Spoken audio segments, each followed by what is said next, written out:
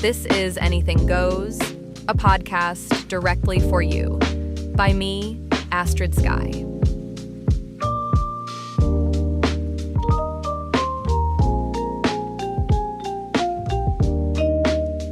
Hello, you.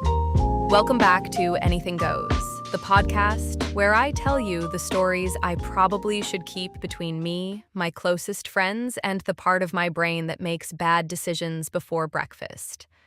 I'm Astrid Sky, and today's story begins with wet hair, an oversized white shirt, and a cup of coffee that had one job. It did not do that job. It was one of those mornings where I had built a completely fictional version of myself in my head. She was going to shower early, make coffee, record an episode before lunch, and answer every email without once opening Instagram. She was calm, disciplined, and probably owned matching towels.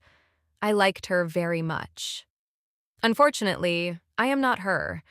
I came out of the shower with my hair dripping down the back of a shirt I had stolen from Joachim months ago, because apparently returning clothes is not one of my values, and I was standing in the kitchen trying to read my own podcast notes while the coffee machine made a noise that sounded expensive.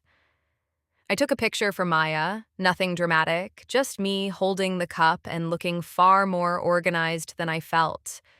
I wrote, "Recording before noon. Be proud." She replied immediately, "Turn slightly toward the window." That should have been the moment I put my phone down. Instead, I turned toward the window. Then she asked me to undo one button because the shirt looked too stiff.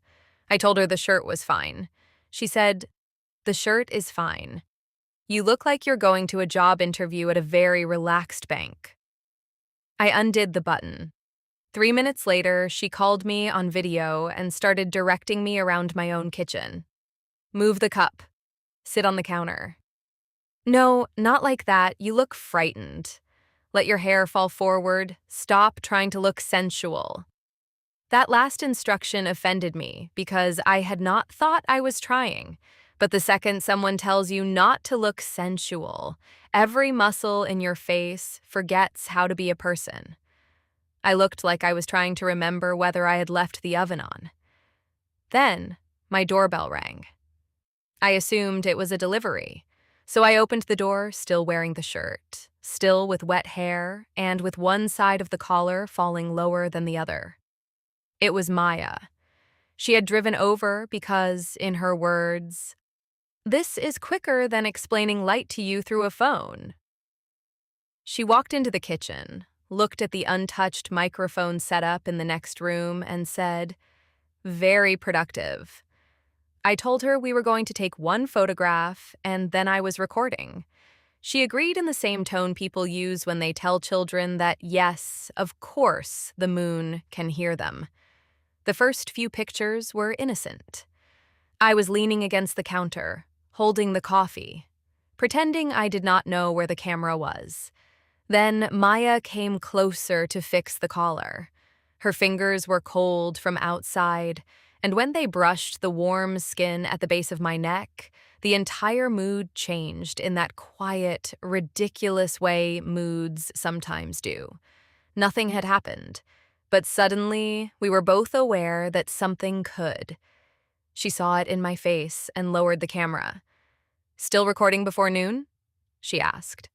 I looked at the clock. It was 11:23. "Absolutely," she smiled. "Good. Then we have 37 minutes.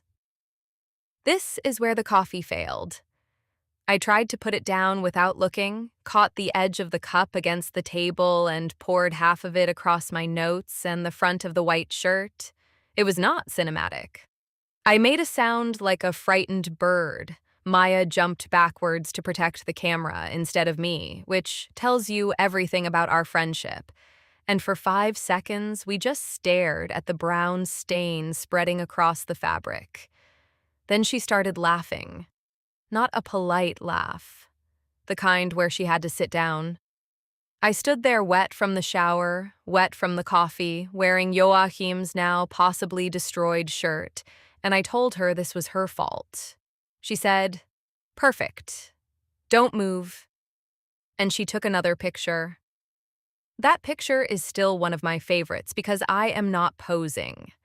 I am looking directly at her with this mixture of irritation and the very clear knowledge that I love being seen by her, even when I look ridiculous. Maybe especially then.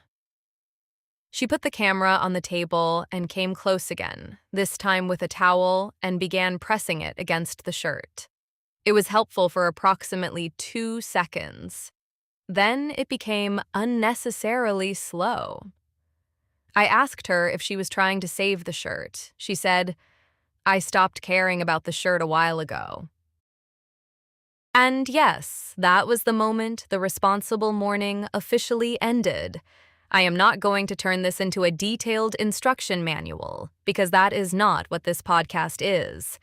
What I will tell you is that the coffee went cold, the notes became unreadable, and at 12:46, I was sitting on the kitchen floor with Maya, sharing toast, because neither of us had eaten breakfast. The microphone was still waiting in the other room. Joachim called while we were there. Maya answered and pointed the camera at the stained shirt hanging over a chair. He recognized it immediately. "Is that mine?" he asked. I said it had been through a difficult morning and deserved privacy.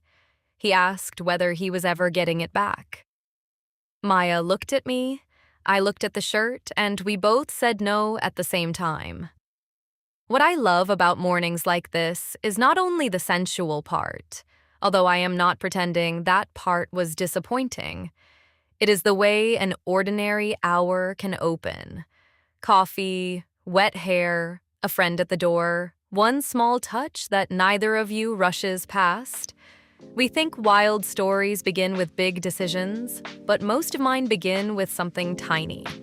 Answer the call, undo one button, let her come over, stay for another minute. I did record the episode that afternoon, by the way. I wore a black sweatshirt, made new coffee, and kept it very far away from the notes. So perhaps the organized woman in my head was not entirely fictional. She was simply delayed by circumstances, very attractive circumstances. I'm Astrid Sky, and this is Anything Goes. If someone ever tells you to turn slightly toward the window, understand that your schedule may not survive. Thank you for listening, and I'll talk to you soon.